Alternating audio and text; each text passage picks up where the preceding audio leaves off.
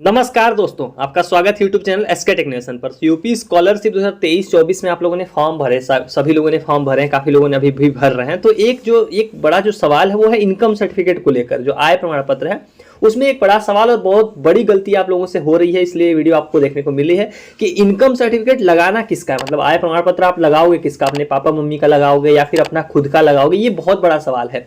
इसको लेकर डीडब्ल्यू ने 2023-24 के लिए जो है कि एक नई गाइडलाइन जारी की है कि आखिर में लगाना किसका है। और अगर आपने गलत लगाया तो उस न्यूज में मैं आपको ये भी दिखा दूंगा कि उन्होंने साफ साफ बोला है कि उस फॉर्म को लोग रिजेक्ट कर देंगे। तो वीडियो को पूरा ध्यान से देखना, पूरा आखिरी तक देखना, आपको बहुत ही इंपॉर्टेंट इन्फॉर्मेशन मिलने वाली है इस वीडियो के थ्रू, ताकि आप कोई भी गलती करने से बचे। देखो, कल मैंने ये पोल आप लोगों के सामने रखा था, उसका कारण यही था। देखो, मैंने क्या पूछा था आप लोगों से कि छात्रवृत्ति फॉर्म में किसका आय प्रमाण पत्र आपने लगाया है। 61% लोगों ने अपने जो है कि पेरेंट्स का, अपने पिताजी का जो है कि आय प्रमाण पत्र लगाया। वहीं 39% लोगों का मानना है उन्होंने अपना खुद का लगाया है। यहाँ देख सकते हो 300 लोगों ने वोट दिया है, उसमें से आप समझ सकते हो कि 40% लोगों ने जो है कि अपना लगाया और 60% लोगों ने कह सकते हो कि जो है कि अपने पापा का लगाया। तो ऐसे में सवाल ये आता है कि सही कौन से लोग हैं, ये लोग सही हैं या ये लोग सही हैं। तो ये नई गाइडलाइन जो है वो हम लोग इस वीडियो में डिस्कस करेंगे, जिसमें आपको जानने को मिलेगा एक्चुअली में इनकम सर्टिफिकेट किसका लगाना है, फॉर्म रिजेक्ट होगा या क्या होगा, अगर गलत लगा दिया आप चेंज कर सकते हो या नहीं कर सकते। ये सारे जो आपके सवाल हैं इस वीडियो के अंदर मैं कवर करूंगा, तो पूरा वीडियो को ध्यान से देखना, आपको चीजें पूरी क्लियर होनी चाहिए इस बारे में। तो वीडियो को फटाफट से सभी लोग लाइक कीजिए, चैनल को सब्सक्राइब नहीं किया है तो तुरंत सब्सक्राइब कर लीजिए, वहीं आ रहा होगा नीचे सब्सक्राइब का बटन, और यूपी स्कॉलरशिप के सबसे सटीक अपडेट्स आपको इसी चैनल पर मिलेंगी। तो चलिए, आपने सब्सक्राइब कर लिया, अब बात करते हैं जो नई गाइडलाइन जारी हुई है उसी लाइन से चीजें हम लोग समझते हैं। अब ईटीवी भारत, इस न्यूज को आप ऑलरेडी जानते होंगे, काफी बड़ा न्यूज चैनल है ईटीवी भारत। तो इनका ये आर्टिकल है, ये इस साल का आर्टिकल है, आपको मैं दिखा देता हूँ डेट। ये अगस्त के टाइम पे आया था 2023 के लिए। तो यहाँ पर क्या लिखा हुआ है, पहले हेडिंग ही आप पढ़ लो तो आपको बहुत चीजें क्लियर हो जाएंगी। अब छात्रवृत्ति पाने के लिए छात्रों को केवल अभिभावकों का आय प्रमाण पत्र देना होगा। ये पूरी गाइडलाइन आपको भी मैं दिखाता हूँ आखिर में इसमें क्या क्या चीजें लिखी हुई हैं। देखो, अभिभावकों का तो आपने पहले ही हेडिंग में पढ़ लिया कि अभिभावकों का इन्होंने साफ जो है कि लिखा हुआ है। अब लाइन से इसको पूरा हम लोग पढ़ते हैं। देखो, समाज कल्याण भवन उत्तर प्रदेश, ये सारी चीजें लिखी हुई हैं। देखो, यूपी समाज कल्याण विभाग से छात्रवृत्ति के लिए इस बार छात्रों को आय प्रमाण पत्र लगाते समय कुछ विशेष बातों का ध्यान रखना होगा। समाज कल्याण विभाग की ओर से छात्रवृत्ति के लिए लगने वाले आय प्रमाण पत्र को लेकर एक नई गाइडलाइन जारी की गई है। ये 23-24 की बात कर रहे हैं, आपको मैं बार बार याद दिलाता हूँ जिस सत्र में अभी हम लोग हैं। इस गाइडलाइन के तहत विभाग ने सभी विश्वविद्यालय, डिग्री कॉलेज को हो, प्राविधिक शिक्षण संस्थान सहित उच्च शिक्षण संस्थानों को जुलाई में हुए बैठक में किस आय प्रमाण पत्र को प्रमाणित करना है, इसको लेकर दिशा निर्देश दिए हैं। मतलब कौन सा इनकम सर्टिफिकेट लगाना, उसको लेकर जो है कि इन्होंने गाइडलाइन जारी की है। समाज कल्याण विभाग में सभी विश्वविद्यालय और शिक्षण संस्थानों को निर्देश दिया है कि कोई भी छात्र जो अपना आय प्रमाण पत्र छात्रवृत्ति के लिए लगाएगा उसके आवेदन को निरस्त कर दें। यहाँ देखो साफ साफ क्या लिखा हुआ है कि कोई भी छात्र, जो भी स्टूडेंट अगर अपना इनकम सर्टिफिकेट लगाता है, अपना आय प्रमाण पत्र लगाता है, उसके आवेदन को निरस्त कर दे। मतलब ये डीडब्ल्यू यानी समाज कल्याण ने ये गाइडलाइन जारी की है, जो स्कूल, कॉलेज, यूनिवर्सिटी सभी हैं, उनको निर्देश दिए हैं कि जो भी छात्र अपना इनकम सर्टिफिकेट लगाएगा उसका फॉर्म निरस्त कर दे। देखो, यहाँ पर पूरा डिटेल पढ़ते हैं। केवल अभिभावक का आय प्रमाण पत्र ही मान्य होगा। लखनऊ विश्वविद्यालय के छात्र विभाग से जुड़े कर्मचारियों का कहना है कि समाज कल्याण विभाग में जुलाई में हुई बैठक में सभी शिक्षण संस्थानों को इस संबंध में जारी दिशा निर्देश से अवगत कराया गया है। विभाग की ओर से सभी उच्च शिक्षा अधिकारियों को भेजे गए निर्देश में कहा है कि छात्रवृत्ति के लिए परिवार की आय प्रमाण पत्र यानी कि parents income certificate required for scholarship in UP केवल माता पिता के ही मान्य होंगे। मतलब इनकम सर्टिफिकेट यानी आय प्रमाण पत्र किसका मान्य होगा, आपके पेरेंट्स का, आपके माता पिता का मान्य होगा। सत्र 23-24 में छात्रवृत्ति के लिए आवेदन प्रक्रिया करते समय छात्रों को इस चीज का ध्यान रखना होगा। अगर कोई भी छात्र, यहाँ देखो बड़ी इंपॉर्टेंट चीज लिखी हुई है, अगर कोई भी छात्र अपने नाम का आय प्रमाण पत्र लगाता है तो उसके आवेदन को निरस्त कर दिया जाएगा।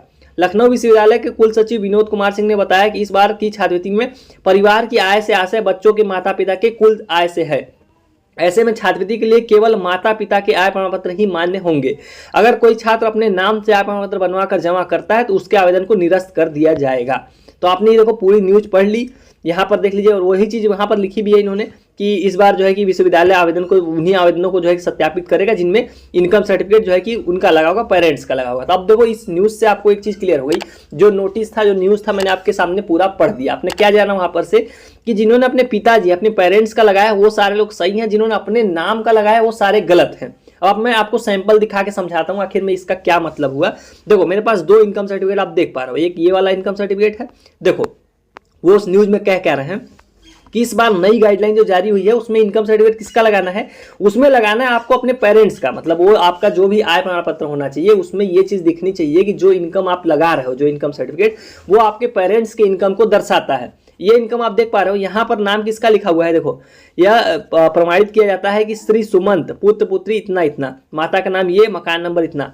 तो यहाँ पर नाम किसका होना चाहिए, अगर आप देखो ऐसे देखोगे तो यहाँ पर नाम अगर आपका हुआ तो रिजेक्ट कर देंगे। उस दिशा निर्देश की मैं बात कर रहा हूँ जिसमें आपने अभी गाइडलाइन में पढ़ा, उसमें यही लिखा हुआ है कि अगर स्टूडेंट के नाम का हुआ इनकम सर्टिफिकेट, मतलब अगर आपके नाम का हुआ तो रिजेक्ट कर देंगे। लेकिन आपको एक बात और ध्यान रखनी है कि यहाँ पर भले आपका नाम है, लेकिन अगर यहाँ पर आपका इस तरह से लिखा हुआ है, देखो उनका वर्तमान पता इतना इतना है, तहसील इतना, जनपद इतना है, आवेदक के पिता की मासिक आय इतने रुपए शब्दों में है, मतलब अगर इस तरह से लाइन लिखी हुई है जो कि लिखी होगी, तो मुझे नहीं लगता है आपका फॉर्म रिजेक्ट करेंगे, क्योंकि भले आपका नाम लिखा हो लेकिन जो मासिक आय आप डिक्लेयर कर रहे हो, ये कुल मिला के इनकम सर्टिफिकेट क्या डिक्लेयर करता है कि आपका, मतलब जिसका भी ये डिटेल लिखी गई है उनकी इनकम कितनी है। तो अगर यहाँ पर इस तरह की लाइन लिखी हुई है कि आवेदक के पिता, आवेदक कौन है यहाँ पर, आवेदक ये है, ये आवेदक है, अगर यहाँ आपका नाम है लेकिन यहाँ पर अगर इस तरह से लिखा हुआ है कि आवेदक के पिता की आय इतनी इतनी है, तो मेरे हिसाब से फॉर्म रिजेक्ट नहीं करेंगे। लेकिन गाइडलाइन मैंने आपको पढ़ के बता दिया, उसमें साफ लिखा हुआ है कि अगर अपने नाम का हुआ तो रिजेक्ट कर देंगे। दूसरा वाला इनकम काफी लोगों ने लगाया होगा, उसमें सीधा उनके पापा का नाम यहाँ लिखा होगा कि प्रमाणित किया जाता है कि इनका ये है। लेकिन यहाँ पर देखो एक लाइन यहाँ पर आपको देखनी है, परिवार की समस्त स्रोतों में मासिक आय, अगर इस तरह से लाइन लिखी हुई तो मुझे नहीं लगता दोनों इनकम सर्टिफिकेट में कोई भी दिक्कत होने वाली है। और एक चीज और, मान लो आपसे गलत हो गया, मान लो आपने इनकम लगा दिया है अपना, जो चीज मैंने आपको दोनों दिखा दी, गाइडलाइन भी दिखा दी, अगर आपने अपना लगा दिया तो एक सवाल आ रहा होगा कि कैसे चेंज करेंगे। देखो अगर मान लो आपने गलत इनकम भी लगा दिया, मान लो अपना लगा दिया, तो उस केस में होता क्या, मैं आपको बता देता हूँ। आपका अभी देखो स्टेटस वेरीफाई शुरू हो जाएगा 20 जनवरी से, 20 जनवरी से आप लोगों के स्टेटस जो है वेरिफिकेशन हो जाएंगे शुरू। अगर आपने इनकम उनके हिसाब से नहीं लगाया, अगर कुछ गलत लगाया तो आपका स्टेटस दिखेगा, करंट स्टेटस होता है एक चीज, करंट स्टेटस में आपको ये लोग दिखा देंगे भाई कि आपके जब इनकम का जो है कि ये चीज गलत है, तो उसको आपको सही करने का मौका दिया जाएगा। सही करने में कुछ नहीं होता है, आपको सही इनकम, आपको करेक्ट इनकम उनके हिसाब से जो उन्होंने लिखा होगा वो करेक्ट इनकम आपको बनवा के उसकी हार्ड कॉपी अपने कॉलेज या स्कूल में जो है कि जमा करनी पड़ती है, और दोबारा से आपका फॉर्म फॉरवर्ड होता है, तब जाके आपकी चीजें सही होती है। तो अगर आपने गलत इनकम लगा भी दिया तो आपका फॉर्म डायरेक्ट रिजेक्ट नहीं होगा, आपके पास अभी भी एक चांस बचेगा, तो आपको परेशान नहीं होना अगर आपका इनकम में कोई भी गलती भी है। ज्यादातर हालांकि चांसेस है, अगर इस तरह की लाइन लिखी हुई जो मैंने आपको बता दिया यहाँ पर कि मासिक आय लिखा होगा कि पूरे परिवार की या आपके पिता की, तो आपका बिल्कुल गलत नहीं। अगर यहाँ पर नाम भी आपका लिखा है कि आपके नाम का भी बना हुआ है, और साथ में यहाँ पर यह भी लिखा हुआ है कि मासिक आय आपकी, मतलब आवेदक की मासिक आय अगर इतनी है तो दिक्कत हो जाएगी। अगर इस तरह से नहीं लिखा है तब तो प्रॉब्लम हो जाएगी, तब तो आपको ही मालूम है, तब तो ये इनकम सर्टिफिकेट ये चीज बताने लग रहा है कि जो भी जिसने भी आवेदन किया उसका इनकम इतना इतना है। तो आप खुद दिमाग लगाओ कि अगर आपके पास इतना इनकम मंथली आ रहा है तो आप स्कॉलरशिप की आपको जरूरत क्या है, ये उस तरह से वो लोग सोचते हैं। तो ये चीज आपको ध्यान रखनी है, जो गाइडलाइन थी मैंने आपको पढ़ के दिखा दिया है। अब आपको अगर वो आर्टिकल पूरा देखना है तो आपको टेलीग्राम चैनल पर मिल जाएगा, मैं डाल दूंगा शाम तक वो आर्टिकल, आपको खुद से अगर आपको पूरा पढ़ना चाहते हो तो। सो चलिए गाइस, वाली वीडियो में इतना ही। उम्मीद करता हूँ आपको जो है कि इनकम सर्टिफिकेट वाले डाउट्स जितने होंगे वो क्लियर हो गए होंगे। और कोई डाउट हो तो इंस्टाग्राम का हैंडल आपकी स्क्रीन पर आ रहा होगा, वहां पर जाना है आपको, सिंपल फॉलो करना है, फॉलो करके अपना मैसेज ड्रॉप करना है। So thank you for watching, stay tuned to SK टेक्नोमेशन।